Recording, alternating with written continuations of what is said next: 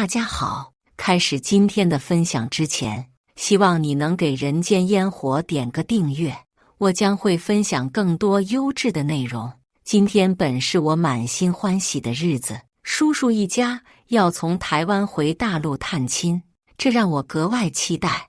我一直对祖国怀着深厚的感情，能有机会促进两岸交流，对我来说是件特别幸福的事。可没想到接到叔叔的电话后，原本美好的心情瞬间跌入了谷底。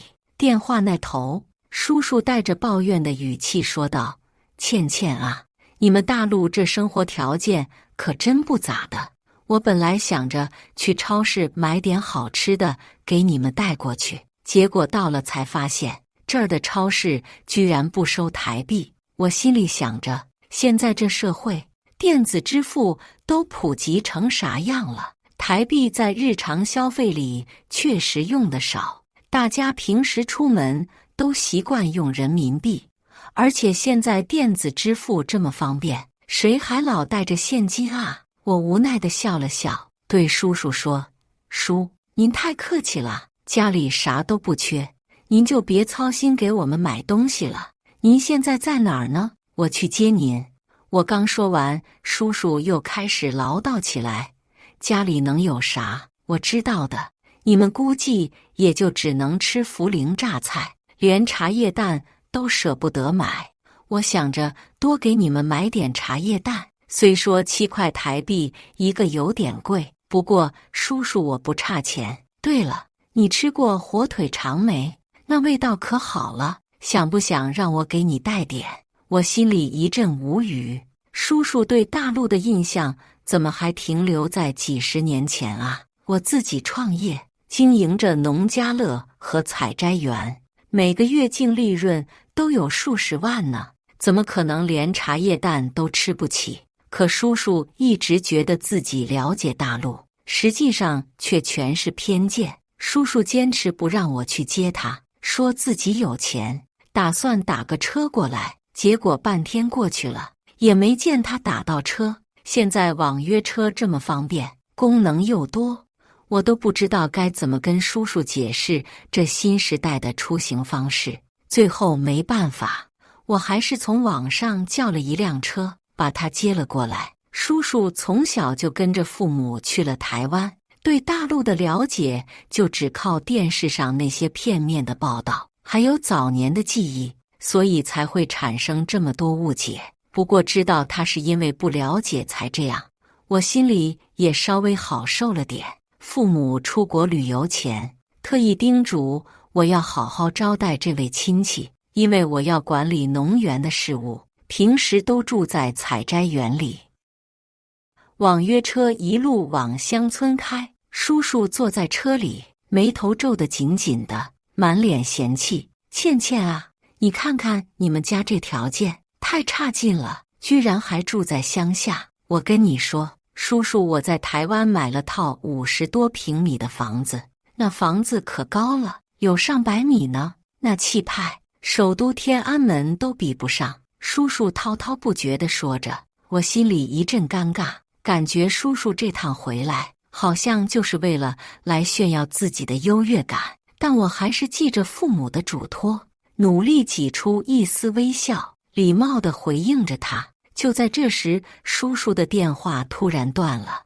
我在约定的地点等车的时候，司机看我的眼神怪怪的，估计是被叔叔那些夸张的言辞给惊到了。过了一会儿，叔叔一家下了车，叔叔一脸不好意思地说：“倩倩啊，真不好意思，我手机没话费了。”话说到一半就断了。这附近有电话亭，能交话费不？对了，还有车费，我给你。说着，叔叔就从兜里掏出一把皱巴巴的台币，准备递给司机。婶婶和堂妹跟在叔叔身后，满脸傲慢，眼睛不停地打量着周围的环境，眼神里满是嫌弃。司机看了叔叔一眼，那眼神就像在看一个奇怪的人，然后笑着对我说：“姑娘，麻烦你给我个5星好评啊。”说完就赶紧开车走了。叔叔一家站在原地，手里提着行李，在风里显得有些狼狈。叔叔气得直跺脚，嘴里嘟囔着：“这内地人太没礼貌了。我的农园就建在故乡的村子里，平时我们一家和乡亲们相处得特别好，大家住得近，互相照应。我觉得这样特别有家的感觉。可现在我真担心叔叔一家又要用那些高高在上的话来批评这里了。”叔叔一边走一边还在念叨手机欠费的事。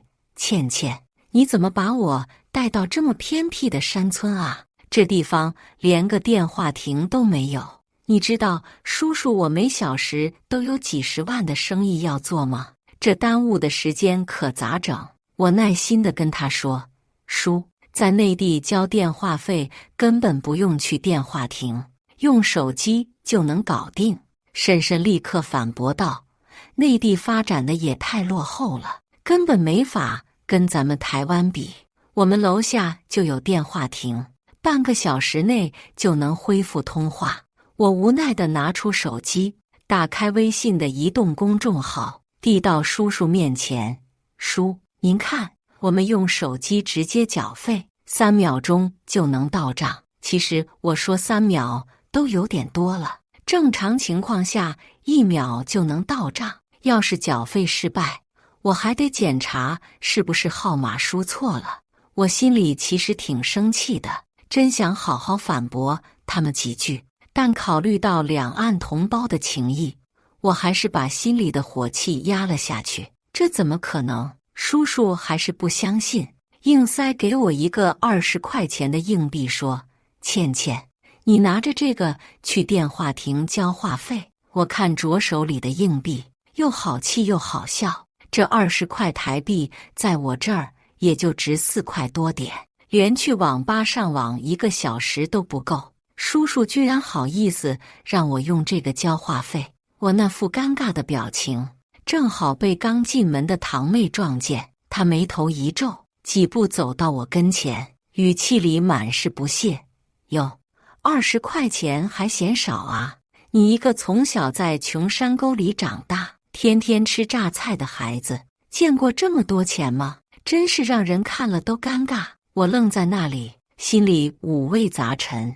我本来以为堂妹来了，我会很开心，毕竟我是家里的独生女，一直渴望有个兄弟姐妹。可没想到她竟然这么傲慢无礼。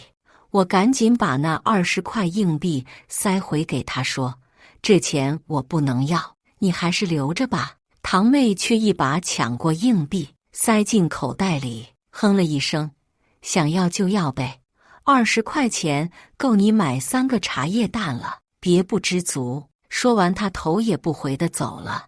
我看着他们一家人的背影，心里泛起了嘀咕：这次两岸同胞的交流恐怕不会那么顺利了。后来，我带着叔叔一家去了农庄的大院，他们一进门，脸上的表情就让我失望透顶，那模样就像是走进了什么不堪入目的地方。我心里虽然有些不悦，但还是耐心地解释：这里虽然比不上城市的高楼大厦，但空间大，邻里之间也热闹。我在这里工作，也挺喜欢这种生活的。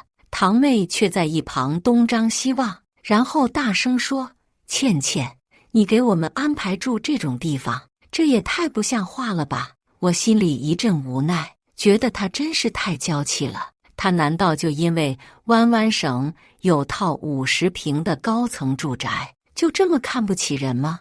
我市区那套280平的江景房，难道还比不上她的？婶婶也满脸嫌弃地问我：“倩倩，这里哪里可以洗热水澡啊？”我告诉她，北方人一般都去澡堂洗。婶婶一听，眼睛瞪得老大：“什么？农村洗澡都没有私人空间，大家都在大澡堂里脱光光，互相看来看去。哎呀，这也太恶心了吧！”我心里一阵无语，只好解释，澡堂里其实很干净的，而且服务也很周到，泡澡、洗浴、搓澡、按摩、桑拿，一条龙服务，平均下来也就1000块钱。叔叔却在一旁翻起了包，拿出几张钞票递给我。倩倩，你去城里帮我交个话费，再买个花洒回来，我们实在受不了这种生活了。我接过钱，心里一阵苦笑，明明没有公主的命，却偏偏有公主病。堂妹又在一旁阴阳怪气地说，我去买吧，姐姐你一个乡下人，连花洒是什么样都不知道吧？我瞪了她一眼，没理她。后来乡里的人听说我家来了湾湾省的亲戚，都纷纷跑来打招呼，大家对两岸关系都很热情，把叔叔婶婶当亲人一样看待。可叔叔婶婶却把手藏得紧紧的，不愿意和乡亲们握手，也不愿意收他们的礼物，场面一度很尴尬。周围的人都用怀疑的目光看着我，我只好向大家歉意地笑了笑。不过这些乡亲们都很淳朴热情，直接就在我家院子里生火做饭。婶婶却拉住我，小声说，倩倩，你怎么能让这些农民和我们混在一起呢？你叔叔可是大老板，和他们在一起多掉价啊！更何况我们只给你带了特产，怎么能让这么多人分享呢？说着，婶婶从包里掏出一盒凤梨酥，我心里一阵无语。这不过是个小零食而已，超市里到处都是。这些乡亲们在我的农场工作，月薪都有8000以上，哪里会看得上你的土特产啊？我没理他，任由他一脸不爽地看着乡亲们在我家欢聚一堂，大家拿着酒，捧着肉，院子里热闹非凡。这正是我想留在乡村的理由。随着乡亲们带来的食材越来越丰富，叔叔婶婶脸上的鄙夷和不满也逐渐消失了。从最初的普通蔬菜，到后来的鸡鸭鱼肉，再到最后的小龙虾和烤生蚝，他们一家都愣住了。乡亲们不断招呼他们一起吃，他们一开始还显得有些矜持，但随着各种美味的香气在院子里弥漫开来，他们终于忍不住和乡亲们一起享受起了美食。不过他们还是故作矜持，和乡亲们保持着距离，仿佛自己很高贵一样。我心里有些生气，故意走过去问他们要不要吃茶叶蛋，我这里有很多。叔叔的脸色一下子就红了，婶婶则紧紧捂住装着凤梨酥的包。堂妹哼了一声，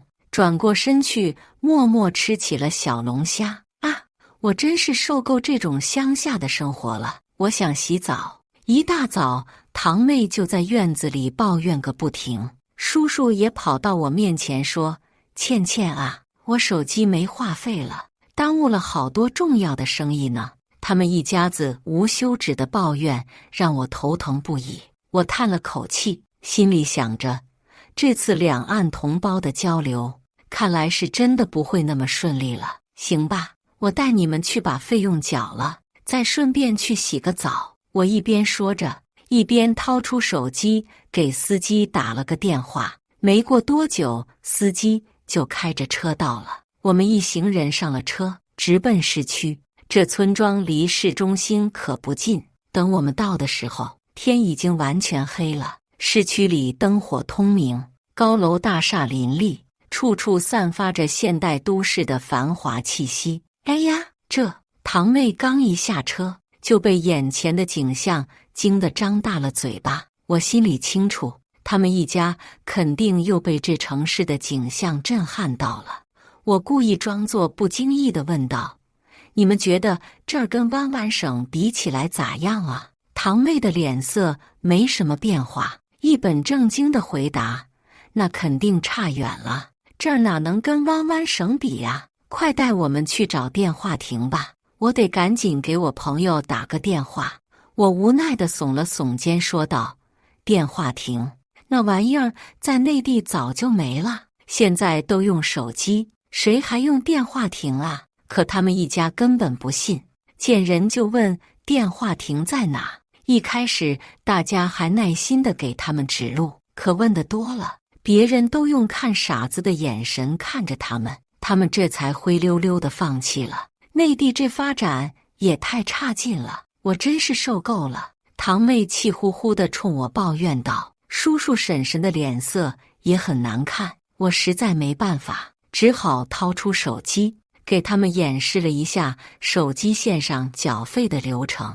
他们一家像发现了新大陆一样，眼睛都直了，围着我问这问那。我偷偷瞄了他们一眼，发现他们眼里满是惊讶，这才意识到自己的反应有点过了，尴尬地停了下来。啊哈哈，其实我们湾湾省也能这么缴费的，不过我爸为了锻炼身体，就喜欢下楼去电话亭缴费。堂妹红着脸，结结巴巴地解释道。我听了，只是笑了笑，没说话，假装没听见她的辩解。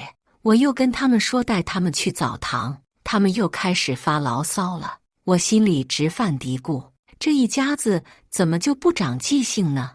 都经历这么多次尴尬了，咋还对内地的发展一点认识都没有呢？既然你们不愿意去，那我也没办法，咱们就回去吧。不过到时候可别又说我不带你们去洗澡啊！我无奈地说道。他们一家你看看我，我看看你，犹豫了好一会儿，最后还是跟着我去了澡堂。我说的这个澡堂可不是一般的澡堂，而是一栋集洗浴、按摩、美食、电影等多种服务于一体的综合性消费场所。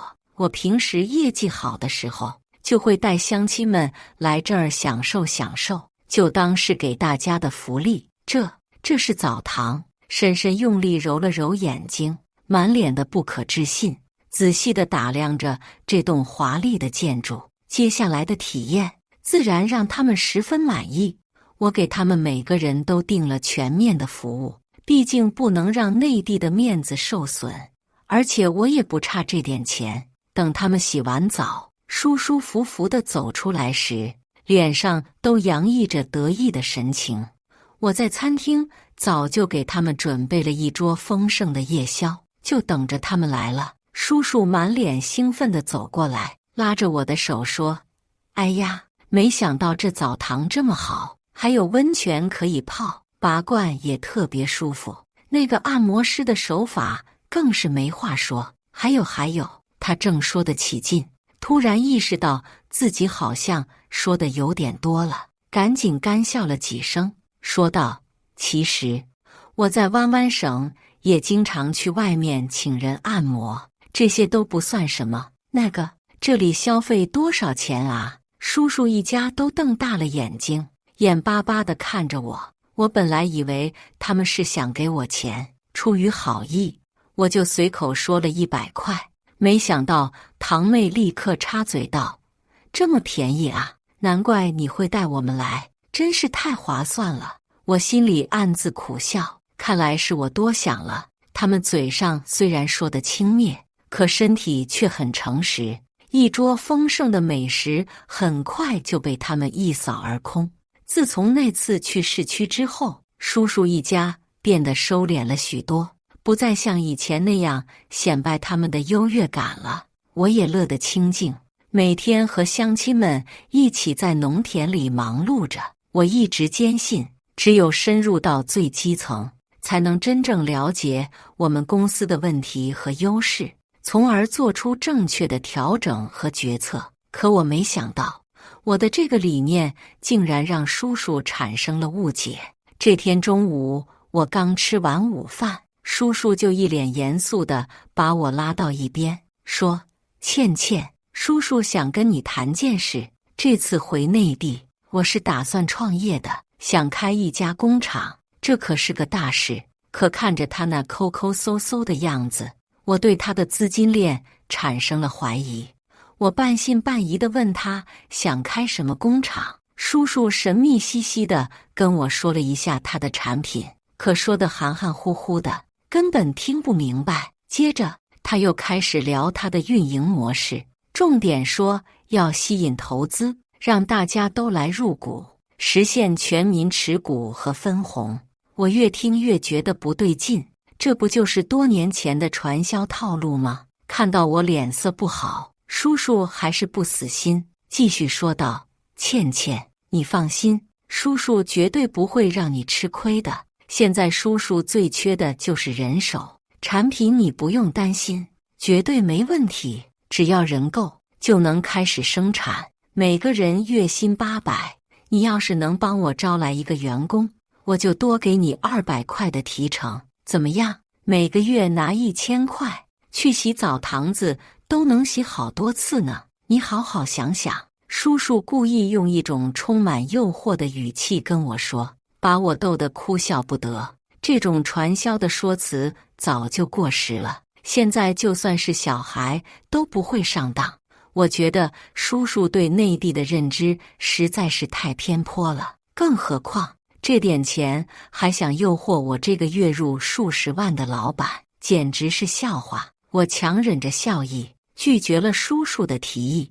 正好这时，表妹探头探脑地走了过来，听到我们的对话后，立刻指责我：“表姐，你也太夸张了吧！每个月1000块都不赚，还天天跟一群农民苦哈哈的种地，你到底图啥？要不是你请我们洗澡吃饭，我爸怎么会想起你？呵，要我加入传销组织，我还得感激他们吗？”我拍了拍表妹的肩膀，露出一脸职业化的假笑，说道：“你们的好意我心领了，这钱我实在是不敢接。哦，对了，你们下在反诈中心的 app 了吗？”一提到反诈，叔叔和表妹的脸色一下子就变了，眼神也变得慌乱起来。表妹追问我什么意思，我只是笑了笑，没有回答她。我本以为只要稍微有点脑子的人都能明白我的暗示，相处了这么多天，难道他们还看不出来内地早就超越湾湾省，不再是他们印象中的那个落后地区了吗？再不济，上网搜搜反诈信息，心里也该有个数了。可是我们永远叫不醒一个装睡的人，叔叔一家就是这样。在我拒绝他们之后，他们不仅没有收敛，反而以两岸同胞的名义，把邻里乡亲们都集中到了一起，要在我们家举办一次聚餐。当然，像叔叔这种大老板，肯定不会出钱出力的。淳朴的乡亲们并没有多想，只是因为我的面子，提着大包小包来到我们家参加聚餐。毕竟过去我们也经常这样，他们自然没有在意。晚饭时，叔叔表现得格外热情，虽然他有意无意地和乡亲们保持着一定的距离，但至少开始和他们交流了。当时我还以为叔叔一家终于清醒了，心里还挺欣慰的。可是酒过三巡之后，叔叔竟然在饭桌上公开宣传起他的传销公司来。叔叔站在饭桌前，手里端着一杯酒，脸上泛着红光，开始滔滔不绝地讲起他的宏伟计划。各位乡亲们啊，我跟你们说，我这次回内地就是要带着大家一起发财的。我有个绝妙的生意，只要大家跟着我干，保证你们以后都能过上好日子。咱们一起入股，一起分红，以后吃香的喝辣的。叔叔说的唾沫横飞，眼神里闪烁着一种异样的光芒。乡亲们一开始都有些愣住了，你看看我，我看看你，不知道叔叔葫芦里卖的什么药。有几个年纪稍大的乡亲皱着眉头，一脸疑惑地看着叔叔。这时堂妹也在一旁帮腔：“就是啊，你们跟着我爸干，肯定没错。我爸在台湾可是有头有脸的人物，这生意绝对靠谱。你们想想，每个月能赚好多钱呢，不比你们在这地里种地强多了。”我听着他们的话，心里又气又急。我赶紧站起来，大声说道：“叔叔，堂妹，你们别乱说了，这根本不是什么好生意，这就是传销，是违法的，大家可千万别上当啊！”叔叔一听我的话，脸色一下子就变了，他瞪着我，生气地说：“倩倩，你怎么能这么说呢？我这是为了大家好，带着大家一起致富，你怎么能拆我的台呢？我着急地解释道：叔叔，我真的没骗你，传销就是骗人的，它会害了大家的。现在内地发展的这么好，大家只要好好种地，或者做点其他正当的生意，都能过上好日子，没必要去冒这个险。乡亲们听了我的话，也开始议论纷纷。有的乡亲说：倩倩说的有道理啊，这传销可不能碰。有的乡亲则犹豫地说：可是他说的好像也挺诱人的，万一真能赚钱呢？叔叔见乡亲们开始动摇，更加着急了。他走到一个乡亲面前，拉着他的手说：老张啊，你别听倩倩的，她一个年轻姑娘，懂什么生意啊？我跟你保证，这生意绝对没问题，你就跟着我干吧，我绝对不会亏待你的。那个乡亲被叔叔说的有些心动了，他看着我，眼神里充满了犹豫。我赶紧走过去，对那个乡亲说：张叔，你可千万别信他，传销就是让你先交钱，然后再拉人进来，最后大家都血本无归，你可不能把自己的血汗钱搭进去啊。张叔听了我的话，点了点头，说：倩倩，我听你的，这传销我可不干。叔叔见张叔不干了，又去拉其他的乡亲，可是乡亲们在我的劝说下，都纷纷拒绝了叔叔。叔叔见状，气得直跺脚，他指着我说：倩倩，你太让我失望了，我好心带着大家发财，你却在这里捣乱。我无奈地说：叔叔，我是为了大家好，我不能看着大家往火坑里跳啊！你要是真想在内地发展，就做点正当的生意，别搞这些歪门邪道。叔叔听了我的话，气呼呼地说：正当生意哪有那么容易做？我在台湾的生意也不好做，才想着来内地试试。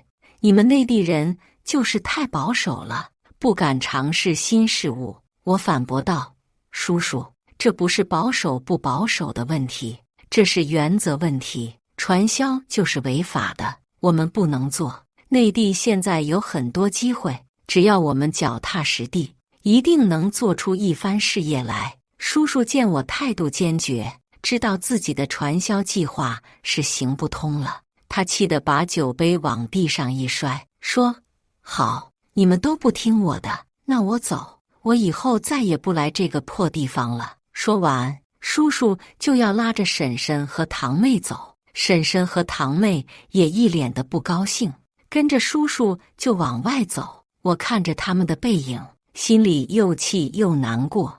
我没想到叔叔一家会这么固执，这么不讲道理。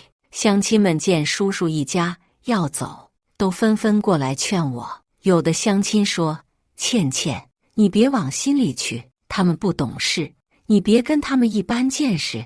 有的乡亲则说：倩倩，你做得对，我们不能让他们害了大家。我感激地看着乡亲们，说：谢谢大家的理解。我知道叔叔一家是从台湾来的，对内地的情况不太了解，但是他们也不能这么盲目地相信传销啊。我会再找机会跟他们沟通的，希望他们能明白我的苦心。可是叔叔一家并没有因为乡亲们的劝说而停下脚步，他们气冲冲地离开了我的家，回到了他们在市区的酒店。我担心他们会在酒店里继续搞传销，于是决定第二天去找他们谈谈。次日清晨，我驱车赶到市区酒店时，正撞见叔叔在大堂对着一群游客派发致富传单，堂妹举着写有台湾高科技项目的牌子，婶婶则在一旁吆喝着低投入高回报。几个大爷大妈被月入过万的噱头吸引，正围着他们咨询。叔叔，我快步上前，一把夺过传单，这里是酒店，不是传销会场。叔叔脸色涨红，倩倩，你又来捣乱，我们这是正规招商。正规？我掏出手机，点开国家反诈中心啊，将传销案例视频对到他面前。你们说的全民持股和这个视频里的套路一模一样，交入门费、拉人头、层层返利，这是刑法第224条规定的传销罪。视频里受害者血本无归的哭诉声引来围观，酒店保安也闻声赶来，婶婶尖叫着去抢手机，堂妹则慌忙收起牌子：“你别胡说，我们台湾的模式内地人不懂，懂不懂？让警察来评理。”我拨通了110，叔叔一家见状，脸色瞬间惨白，趁保安维持秩序时，像受惊的老鼠般冲进电梯，逃回房间收拾行李。我追到房间时，他们正手忙脚乱地往行李箱塞东西。叔叔掏出一把皱巴巴的台币扔给我：“房费，我们马上走，再也不来这破地方了。”前台服务员接过台币，礼貌地微笑：“先生，我们只收人民币，您可以用手机支付。”手机支付！堂妹尖叫：“我们台湾人只用现金。”她翻遍钱包，只摸出几张面值100元的新台币，折合人民币不到200元，连半天房费都不够。叔叔气得直拍桌子：“你们内地怎么连钱都不收？故意刁难我们台湾人是不是？”我冷眼看着他们，来内地钱，没查过人民币是法定货币吗？再说，你们住的是5星级酒店，连移动支付都不知道，到底是谁落后？最终，他们不得不把带来的凤梨酥、芒果干全抵给酒店当押金，才狼狈地办了退房。走出酒店大门时，堂妹的名牌包带子突然断裂，新买的台湾进口高跟鞋也掉了跟。她踉跄着摔在台阶上，引来路人一阵窃笑。去机场的路上，叔叔还在嘴硬：“要不是你搅局，我们早在内地赚大钱了。台湾的商业模式，你们内地人3辈子都学不会。”我没接话，默默打开手机，给他们看我农园的直播画面。无人机航拍的百亩果园里，游客们正用扫码枪采摘智慧农业培育的草莓。包装车间里，机械臂有条不紊地分拣装箱。后台显示，当日线上订单已突破5000单。这是假的吧？婶婶盯着屏幕，手指都在发抖。堂妹突然指着车窗外：“看，那不是你们说的落后农村吗？怎么还有高铁站？”远处，复兴号高铁如银龙般掠过田野，时速350公里的标牌清晰可见。叔叔的脸从红转青，最后憋出一句：“高铁有什么了不起？我们台湾有更先进的交通工具。”到了机场免税店，他们想把带来的台湾高端特产几盒包装精美的茶叶蛋和火腿肠拿出来送人，却被导购员礼貌拒绝：“抱歉，这类加工食品内地超市都有，而且价格更实惠。”更尴尬的是，当他们掏出台币购买免税商品时，收银员微笑着指向只收人民币的标识。叔叔不得不把身上最后一点人民币都花光，才勉强买了几瓶矿泉水。登机口广播催促着最后登机的旅客。叔叔一家拖着破旧的行李箱，像逃荒似的冲向安检口。堂妹突然尖叫起来，她的行李箱拉杆断了，里面的东西散落一地，除了几件皱巴巴的衣服，还有半袋没吃完的涪陵榨菜，据说是从台湾超市买的内地进口品，以及一本封面泛黄的大陆落后地区生存指南。周围旅客的目光像针一样扎在他们身上。一个戴眼镜的年轻人忍不住笑出声：“叔叔，这书哪买的？我老家河南的，现在家家住别墅开汽车，比您这指南里写的落后地区可富多了。”婶婶慌忙去捡书，却不小心把榨菜掉在地上，滚到了一个推着婴儿车的妈妈脚边。妈妈捡起榨菜，笑着说：“这榨菜我家常吃，内地卖3块钱一袋，比你们台湾进口的便宜1半呢。”叔叔再也忍不住了，一把推开人群，冲进安检口，仿佛身后有洪水猛兽。堂妹哭丧着脸跟在后面，名牌裙子上还沾着刚才摔倒时的泥点。我站在原地，看着他们消失在登机口的背影，心里五味杂陈。飞机起飞的轰鸣声中，我仿佛听见那些关于涪陵榨菜茶叶蛋的偏见，正随着他们的仓皇逃离，遂成了两岸交流史上一个荒诞的注脚。1周后，我收到堂妹偷偷发来的微信，只有几张截图。台湾论坛上有人发帖吐槽内地亲戚太有钱，农家乐都装人脸识别门禁，下面跟帖全是不可能吧，楼主被洗脑了。叔叔的朋友圈里原本炫耀台湾50平豪宅的动态被删除，换成了一条抱怨内地网速太快，视频会议卡到断线，实际是他不会调 VPN。最后一张是堂妹在台湾便利店拍的照片，货架上摆着和我农园同款的内地直供有机草莓，价格是我这里的3倍。